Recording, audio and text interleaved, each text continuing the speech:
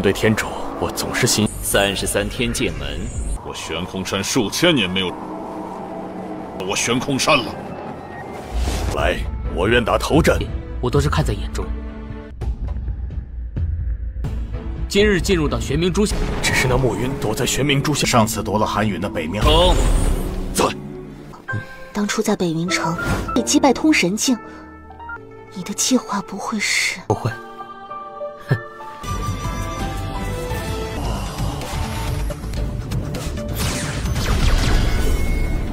阵起。随我接阵。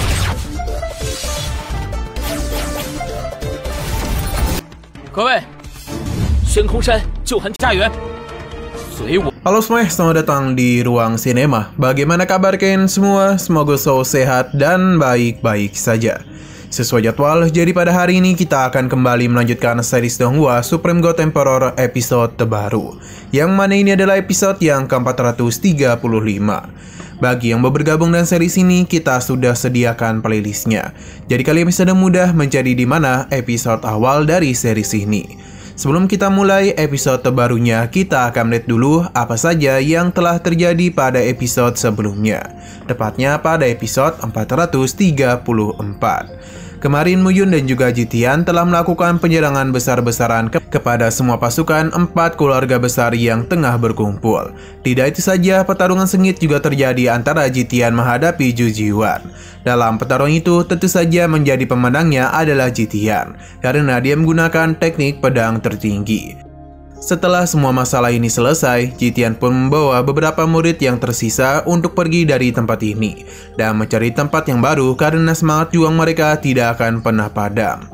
Di sisi lain, kepala keluarga Zhu yakni Zhu Tianzeng menjadi begitu murka setelah tahu apa yang terjadi kepada pasukannya. Ia menyalahkan semua ini kepada Muyun yang selalu saja ikut campur dalam masalahnya.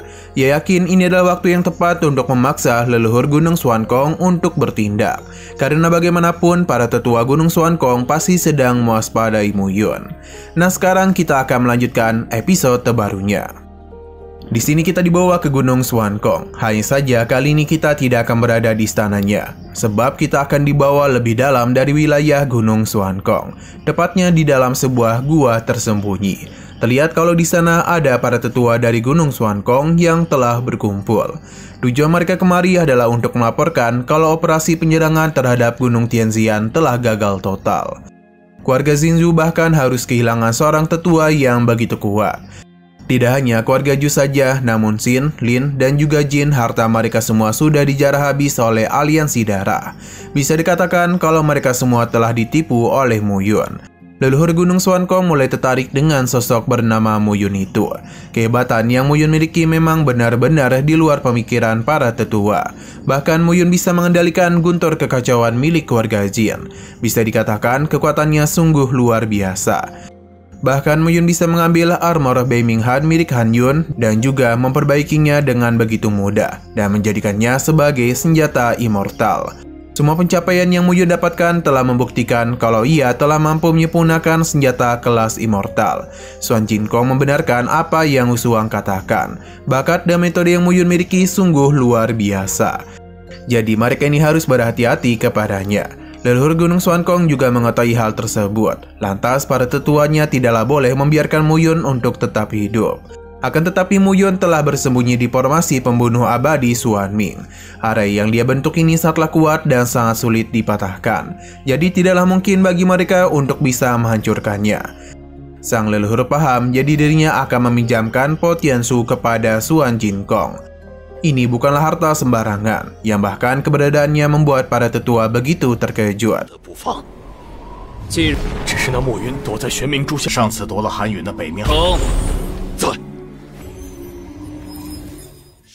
Po Tianshu merupakan senjata abadi yang diberikan oleh Tuan tertinggi, hanya bisa digunakan 7 kali saja. Jadi jika menggunakan hal ini hanya untuk menghadapi Muyun, seakan-akan semua itu sia-sia. Atau lebih tepatnya, ini terlalu berlebihan. Leluhur sama sekali tidak terlalu mempedulikan soal harta ini. Selama mereka itu bisa menghilangkan masalah yang tertuju kepada Gunung Xuankongnya. Jikapun senjata abadinya telah hancur, maka leluhur ini bisa meminta lebih banyak lagi. Namun jika status Gunung Xuankong tidak bisa terjamin, maka seharusnya para tetua sudah tahu kalau 33 gerbang pedang surgawi tidak akan pernah menghormati mereka lagi.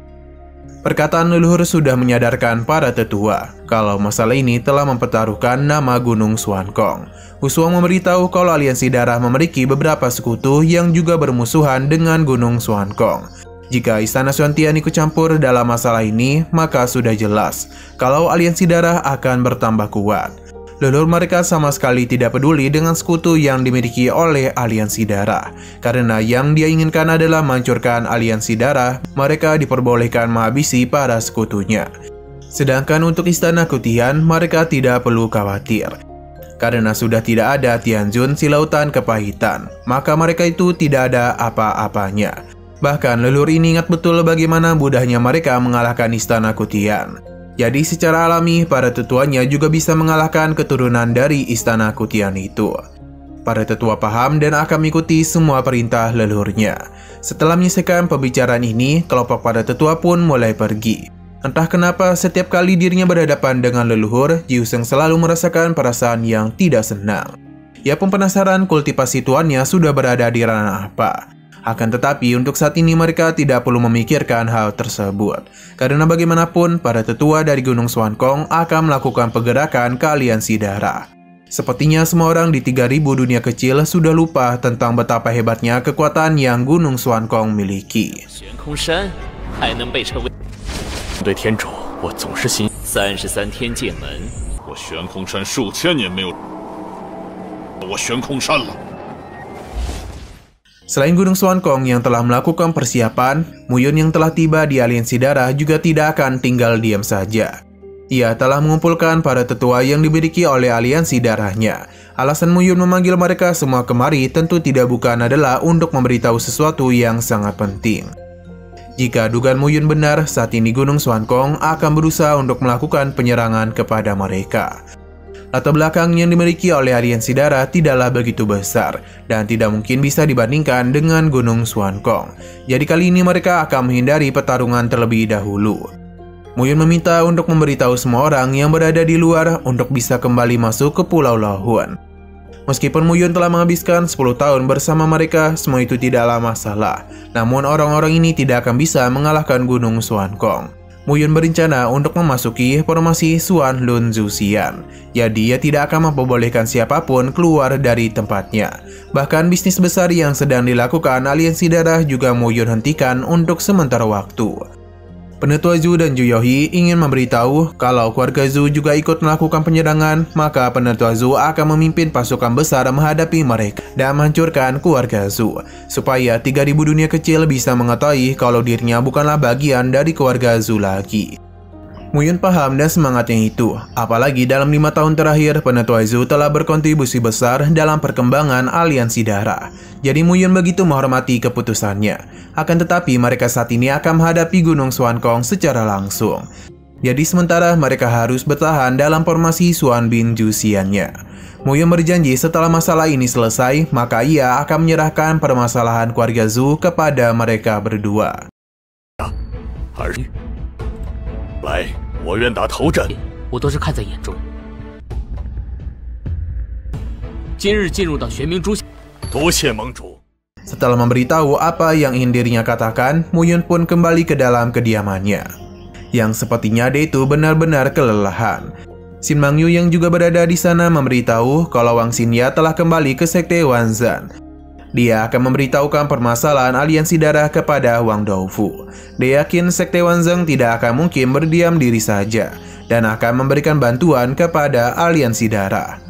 Muyun juga memikirkan hal yang sama. Jikapun Gunung Xuankong ingin menyerang aliansi darahnya, maka mereka akan membutuhkan waktu yang cukup lama dalam menghancurkan formasi pertahanannya. Terlebih lagi, ini sudah dikombinasikan dengan Zhuhan Tiangong dari keluarga Zhu untuk membentuk kekuatan yang unik. Setidaknya Gunung Xuankong akan membutuhkan waktu 2-3 bulan hanya untuk menghancurkan formasi pertahanan. Waktu ini sudah lebih daripada cukup bagi Muyun untuk mempersiapkan diri.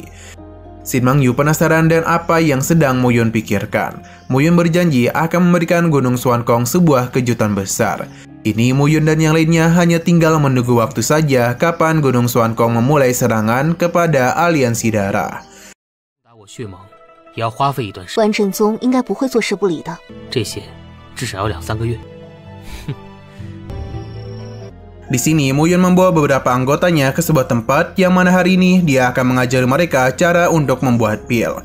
Dirinya tidak bisa meminta mereka berlatih dan hanya meminta mereka untuk melihat proses yang dirinya lakukan.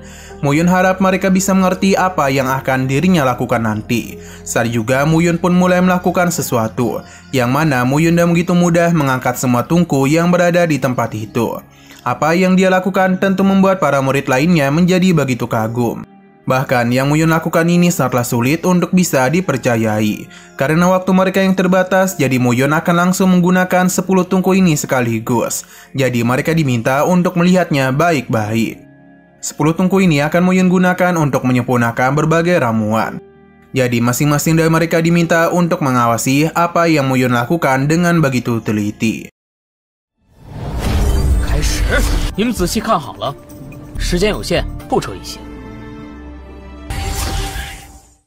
Muyun lalu mengeluarkan beberapa bahan yang sudah dirinya siapkan.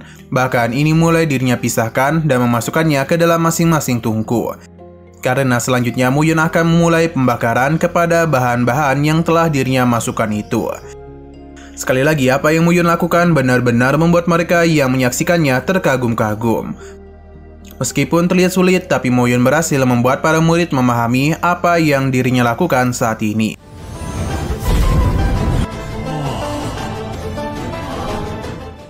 Pembakaran terus Muyun lakukan, dan karena sudah memakan waktu yang cukup lama, maka bahan-bahan yang telah dirinya masukkan itu sudah siap untuk dimurnikan.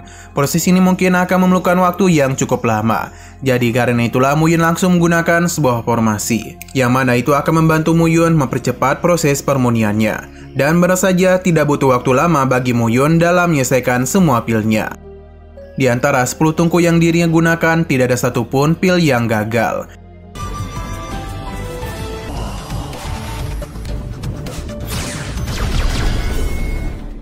Setelah selesai dalam pelajaran pembentukan pil, sekarang Muyun akan membawa mereka ke pelajaran selanjutnya, yakni penempaan senjata. Sekali lagi, Muyun menunjukkan kehebatan yang ia miliki.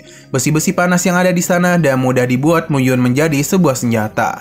Bahkan dalam kurun waktu yang sebentar saja, sudah ada begitu banyak pedang yang berhasil dirinya ciptakan. Tentu pembentukan senjata Muyun tidak berhenti sampai di sini saja, karena ia kembali menggunakan formasi untuk bisa meningkatkan kualitas dari pedang yang ia ciptakan.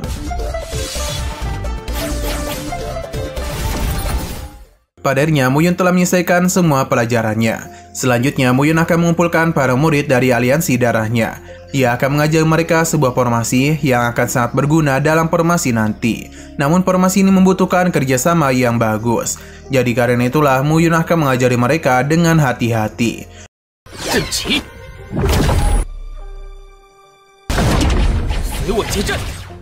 Apa yang Muyun tunjukkan selama ini benar-benar membuat mereka terkesan, karena pemimpin mereka sangatlah hebat. Mau itu dalam pembentukan pil, pembentukan senjata, ataupun pembentukan formasi, semuanya bisa Muyun kuasai. Tidak terasa sebulan sudah berlalu. Muyun memuji mereka karena tak berhasil membuat kemajuan yang besar. Namun ini bukanlah waktunya untuk mereka bersantai, sebab orang-orang Gunung Xuankong akan mengambil tindakan. Bahkan beberapa waktu ini mereka melihat mata-mata yang dikirimkan oleh Gunung Xuankong dan membuat beberapa murid terluka. Padahal itu membuat mereka menjadi begitu kesal dengan Gunung Xuankong. Muyun menenangkan mereka karena aliansi darah tidak akan pernah takut kepada Gunung Xuankong. Selama sebulan ini Muyun benar-benar bekerja keras. Bahkan Denny sangatlah kelelahan. Jadi Shin Mangyu sangatlah mengkhawatirkan kondisinya. Muyun menenangkannya karena bagaimanapun semua ini tidaklah masalah untuknya. Kejadian itu mengingatkan Shin Mangyu ketika mereka berada di kota Baiyun, yang mana kala itu Muyun menerapkan mantra kematian hebat. Padahal saat itu dirinya masihlah berada di ranah body tempering. Namun bagaimana bisa mengalahkan seseorang di alam Tongsan? Namun sekarang masalah mereka semakin besar dan Shin Mangyu berharap Muyun tidak menggunakan rencana yang berisiko lagi kepada dirinya. Muyun menenangkan Shin Mangyu karena ia tidak akan membuatnya khawatir lagi. Terlebih lagi dirinya akan menggunakan pengalamannya selama 10.000 tahun ini. Andai saja Gunung Xuankong bersedia mengeluarkan harga besar untuk menghancurkan aliansi darah mereka, maka Mu Yun sama sekali tidaklah keberatan untuk bertarung langsung dengan mereka. Intinya, Mu Yun tidak akan pernah membiarkan aliansi darah dihancurkan oleh Gunung Xuankong. 当初在北云城被击败通神境，你的计划不会是？不会，哼，大代价来剿灭我血盟。 Hari demi hari terus berlalu, dan Mu Yun merasa kalau ini sudah hampir waktunya. Seluruh pemimpin pasukan telah berkumpul di hadapan Mu Yun, sampai akhirnya salah satu utusan memberitahu kalau Gunung Xuankong dengan antek-anteknya telah terlihat di perairan aliansi darah. Ini sudah Mu Yun duga, jadi dirinya pun meminta mereka untuk tetap tenang. Memang benar kalau saat ini musuh yang datang kemari sangatlah kuat, namun bukan berarti mereka tidak akan bisa menang. Karena bagaimanapun Mu Yun ada di sini.